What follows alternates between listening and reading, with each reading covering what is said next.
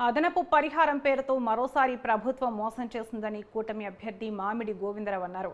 2013 భూసేకరణ చట్టం ఏమైందని ప్రశ్నించారు. అబద్ధపు హామీలతో 11,000 నిర్వాసిత కుటుంబాలకు అన్యాయం చేశారని మండిపడ్డారు. టీడీపీ ప్రభుత్వం అధికారంలోకి వస్తేనే వంశధార నిర్వాసితులకు న్యాయం జరుగుతుందని గోవిందరావు అన్నారు. లక్ష్మీ నర్సుపేట మండలంలో విస్తృతంగా ఇంటింటి ప్రచారం నిర్వహించారు.